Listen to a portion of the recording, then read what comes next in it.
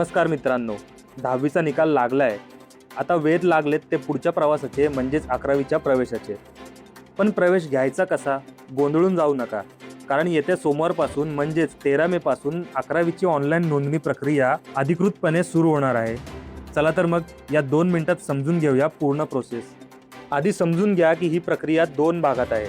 पहिला भाग जो 13 मे पासून सुरू होतोय, यात तुम्हाला तुमची वैयक्तिक माहिती भरून रजिस्ट्रेशन करायचं आहे. आणि दुसरा भाग हा निकालानंतरचा असेल, ज्यात तुम्हाला तुमच्या आवडीच्या कॉलेजची नावं म्हणजेच ऑप्शन फॉर्म भरायचा आहे. लक्षात ठेवा, तुम्ही किमान 1 आणि कमीत कमी 10 कॉलेजची नावं निवडू शकता. आता या तारखा नीट लिहून ठेवा. 24 मे ते 4 जून सोमवारपासून सुरू झालेली नोंदणी आणि अर्जाचा भाग 1 भरून तो व्हेरीफाय करून घेणे.